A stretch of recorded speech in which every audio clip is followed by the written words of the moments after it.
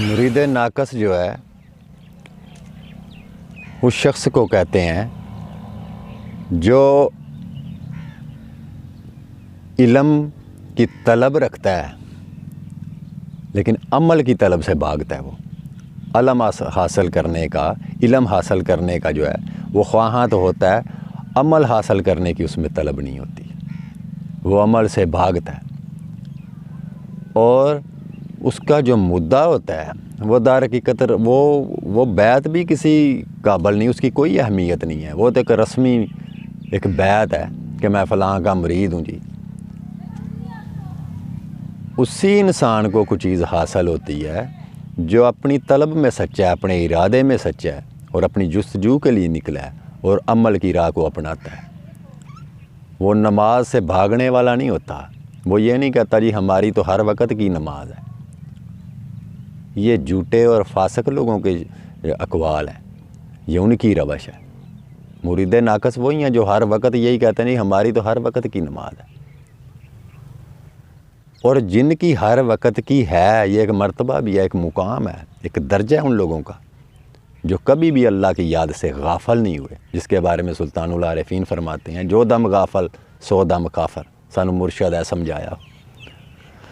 تو وہ جو معیار ہے، وہ جن لوگوں کا وہ معیار ہے، وہ کبھی بھی یہ جملے یہ الفاظ نہیں بولیں گے کہ ہماری ہر وقت کی ہے۔ اور جو لوگ یہ بولتے ہیں کہ ہماری ہر وقت کی ہے، وہ تو نہ اس نماز کو جانتے ہیں اور نہ ان کا حال اس کے مطابق ہوتا ہے۔ وہ لوگ جو ہیں وہ مرید ناقص ہے جو کہتا ہے کہ ہماری ہر وقت کی ہے جی، ہم غوث ہیں جی، ہم کتب ہیں جی، ہم تو یہ ہیں، ہم وہ ہیں۔ وہ ایسی فضول واہیات گفتگو نہیں کرے گا، اس کی گفتگو میں ایسا کوئی پہلو نہیں ہوگا جو اس کی بھی تذلیل اور رسوائی کا سبب ہو اور اس کے مرشد کی بھی رسوائی اس میں پوشیدہ ہو۔ وہ ایسے الفاظ نہیں کرے گا جو خلاف شرع ہوں۔ تو وہ لوگ جو شریعت کے انکاری ہیں، نماز کے، روزے کے، عبادات کے انکاری ہیں، وہ در حقیقت اللہ کے انکاری ہیں۔ ان کا کوئی ایمان نہیں ہے، ان کا ایمان بھی فاسق ہے۔ تو ایمان کا معیار بھی در حقیقت آپ کے یقین کامل کے اوپر ہے۔ جس قدر آپ کا یقین اپنے رب کے اوپر ہے، ایمان ہے اس کے اوپر، جس قدر آپ کے توکل کا معیار ہے اسی قدر آپ کے ایمان کا درجہ ہے۔ آپ کے ایمان کا لیول آپ کے توکل کے اوپر قائم ہے، یقین کے اوپر۔ اللہ کو ماننا اور چیز ہے اور اسے تسلیم کرنا اور چیز ہے۔ ماننے اور تسلیم کرنے میں بڑا فرق ہے۔ تسلیم کرنے والے اس کے ہر حکم پہ سر خم تسلیم کریں گے اور عمل کے اندر ڈھل کے پھر اس کی بندگی کریں گے، جیسے اس کے احکامات ہیں، جیسے اس کے محبوب نبی پاک صلی اللہ علیہ وسلم نے فرمایا، وہ اسی کے اندر پیروی کریں گے، اس سے باہر نہیں نکلیں گے۔ وہ صاحب ایمان لوگ ہیں جن کا دل جو ہے وہ آقا کریم صلی اللہ علیہ وسلم پہ اور اللہ کی ذات پہ جن کے دل نے ایمان لے کے آیا۔ تو صاحب ایمان در حقیقت اپنے معیار کے حساب سے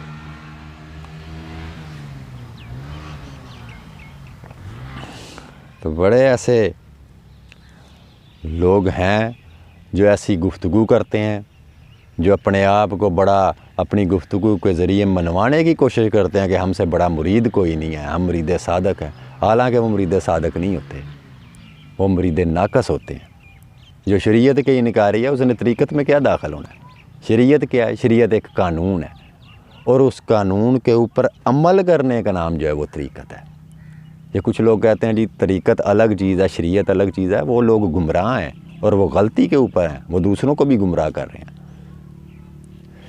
شریعت قانون ہے، دین محمدی صلی اللہ علیہ وسلم ہے، حدیں ہیں، اور اس حدوں کو کے اوپر رہ کر اس میں اپنی زندگی کو ڈھال کر اس کو عمل میں لے کے آنا جو ہے وہ طریقت ہے۔ پھر اس عمل کو اختیار کرنے کے بعد آپ پہ جو چیزیں انکشافات ہوتے ہیں، مشاہدے میں سے گزر کے جن چیزوں کو آپ حاصل کرتے ہیں، وہ چیز جو ہے وہ معرفت ہے۔ اور اس کو حاصل کرنے کے بعد، اس تقرب اور قرب پانے کے بعد، جب اپنی ہستی کو آپ ترک کر کے اللہ کی ذات میں، اس کی صفات میں فنا کرتے ہیں اپنی ذات کو، اپنی ہستی کو، تو اس کی جلوہ گری سے مستفید ہوتے ہیں، اس کی جلوہ گری میں گم ہوتے ہیں، اپنی ذات کو ترک کر کے مکمل۔ وہ حقیقت ہے۔ تو مرید ناقص نہ تو شریعت پہ ہوتا ہے، نہ طریقت پہ ہوتا ہے، نہ وہ معرفت اسے حاصل ہوتی ہے، نہ وہ حقیقت سے آشنا ہوتا ہے، کیونکہ وہ صرف الفاظ کا علم حاصل کرنا چاہ رہا ہوتا ہے، وہ شو میکنگ کا علم حاصل کرنے کا خواہاں ہوتا ہے، موچی بننے کا خواہش نہیں ہوتا۔ تو طریقت کیا ہے؟ در حقیقت موچی بننا طریقت ہے۔ ایک میں مثال دے رہا ہوں، استعارہ استعمال کر رہا ہوں موچی کا، یعنی اس چیز کو جس کو اس نے سنا، پھر اس راستے کو اختیار کیا، اللہ کے تقرب کے راستے کو اختیار کیا، جن لوگوں پہ اللہ کی ذات نے اپنا انعام فرمایا، ان لوگوں کی راہ کو اختیار کیا، ان لوگوں نے اس ذرائع کو قبول کیا، پھر اس میں عمل کیا صدق کے ساتھ، خلوص دل کے ساتھ۔ وہ لوگ جو ہیں وہ صادقین ہیں، وہ مرید خالص ہیں، مرید کامل ہیں وہ لوگ۔ آپ دیکھ لیں بزرگان دین کی جتنی بھی زندگی گزری ہے، جتنے بھی بزرگان دین ہیں، حضرت عثمان علی حجویری ہیں، داتا صاحب ہیں لاہور والے، بابا فرید ہیں، قطب الدین بختیار کاکی رحمۃ اللہ علیہ ہیں، امیر خسرو رحمۃ اللہ علیہ، نظام الدین اولیاء رحمۃ اللہ علیہ، حضرت جنید بغدادی ہیں، خواجہ معین الدین چشتی میری سرکار ہیں۔ یہ جتنے بھی لوگ تھے در حقیقت ابتدا میں یہ مرید تھے۔ کون سے مرید؟ مرید صادق۔ ان کی طلب سچی تھی، ان کا ارادہ کامل تھا، انہوں نے عمل کی زندگی میں جو ہے وہ داخل ہوئے، کردار کے ساتھ، سیرت کے ساتھ اس راہ کو اپنایا، اس کے ساتھ وفا کی، جو اللہ کے ساتھ عہد کیا کہ ہم تیرے ہیں، تو پھر اسی کے ہو گئے، کسی اور جانب انہوں نے نظر نہیں اٹھائی۔ تو وہ در حقیقت کامل طالب علم تھے، اور اپنی زندگی کا سفر وہ طے کر کے پھر جا کے وہ شیخ کے مرتبے پہ پہنچے۔ در حقیقت ابتدا ان کی مرید کامل سے تھی اور انتہا شیخ کامل پر۔ تو مرید ناقص جو ہے وہ عمل سے بھاگتا ہے اور گفتگو کو ہی عمل سمجھتا ہے، اور اپنی خیالی تصوراتی زندگی میں خود ہی کو بزرگ بن کے بیٹھا ہوتا ہے، حالانکہ یہ سارا فریب اس کو اس کے نفس اور شیطان نے دے رکھا ہوتا ہے۔ مرشد کا رول یہاں پہ یہ ہے کہ مرید کو آگاہ کرتا ہے ہر خیال کے ساتھ کہ یہ خیال رحمانی ہے یا خیال شیطانی ہے۔ بغیر رہبر کے انسان کو خود تو نہیں ان چیزوں کی معرفت حاصل ہوتی۔ مرشد چونکہ اس راستے کو سفر طے کر کے آیا ہے، اس کا تجربہ ہے اس معاملے میں، وہ پھر مرید کو اس پریکٹیکل میں سے گزارتا ہے، مشاہدے میں سے گزارتا ہے۔ تو جو ناقص مرید ہیں ان کو تو مرشد پھر راستے میں چھوڑ دیتا ہے۔ آپ یہ راستہ اتنا ڈیپ ہے، یہ لائن ایسی ہے روحانیت کی لائن جو ہے کہ آپ جو ہے وہ مرشد کامل کے ساتھ جو ہے نا ہوشیاری نہیں کر سکتے۔ وہ سمجھ جاتا کہ کون سا بندہ کیسا ہے، اس کے ساتھ کیسے میں نے چلنا ہے۔ وہ ناقص مرید کو بالکل چھوڑ دے گا راستے میں، اس سے کنارہ کر جائے گا، اور جو صادق مرید ہے اس کی ضرور رہنمائی کرے گا ہر قدم پہ۔ مرید سے زیادہ اس شیخ کو شوق ہوگا اس کی تربیت کا کہ یہ اپنے مقصود کو پالے۔ تو جو خود ناقص ہے، جو مرید ہی ناقص ہے، اس پہ اپنی محنت اس نے ضائع کرنی ہے۔ مرشد نے وہ تو سمجھ جاتا کہ یہ بندہ کس نیت سے آیا، کس ارادے سے آیا، اس کی منزل کیا ہے اور یہ چاہتا کیا ہے، اس کی طلب کیا ہے۔ مرید تو بعد میں اندر وہ اس کے وہ جھانکتا ہے نا، مرشد میں مرید صادق تو بعد میں جھانکتا ہے نا، مرشد کے اندر اس کے باطن میں اتر کے، اس کی روح میں، اس کی ذات میں غوطہ زن ہو کے اس گوہر کو پاتا ہے۔ لیکن مرشد کو یہ کمال حاصل ہے کہ وہ مرید صادق اور مرید ناقص دونوں کے اندر جھانک کے پھر دیکھتا ہے کہ یہ بندے کا ارادہ کیا ہے، اس کی طلب کیا ہے۔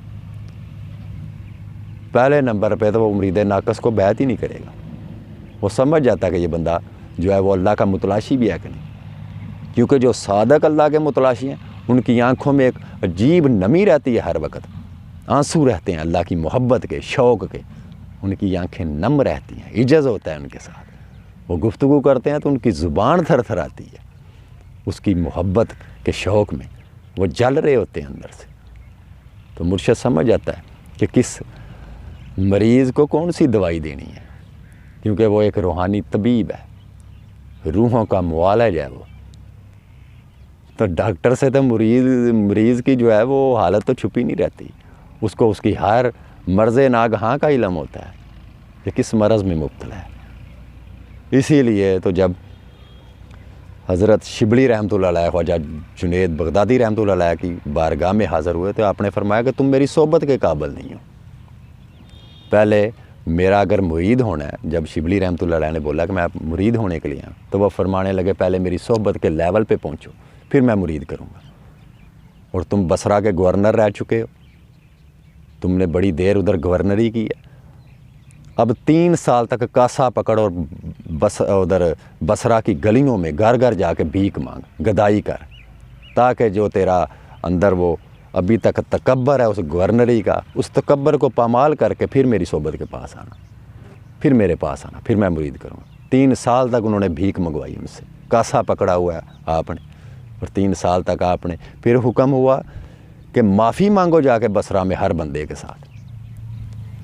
تو شیخ شبلی رحمۃ اللہ علیہ نے عمل میں سے گزر کے پھر وہ سارا کام کیا. پورے بصرہ میں لوگوں نے دیکھا کہ انہوں نے ہر گلی میں جا کے ہر بندے سے معافی مانگی کہ میرے دور حکومت میں اگر کبھی مجھ سے میری طرف سے کوئی دل آزاری ہو تو مجھے اللہ کے لیے معاف کر دو. ان کی انا کے اوپر ضرب لگائی، کیونکہ سب سے بڑا جو کام ہے اس راستے میں وہ اپنی انا کو پامال کرنا ہے. تو مرشد کامل نے، حضرت جنید بغدادی سرکار نے پہلے ان کو ان کی انا کی پامالی میں سے گزارا. تو اسی لیے وہ کسی نے لکھا نا، جب تک بکے نہ تھے کوئی پوچھتا نہ تھا، تم نے خرید کر مجھے انمول کر دیا.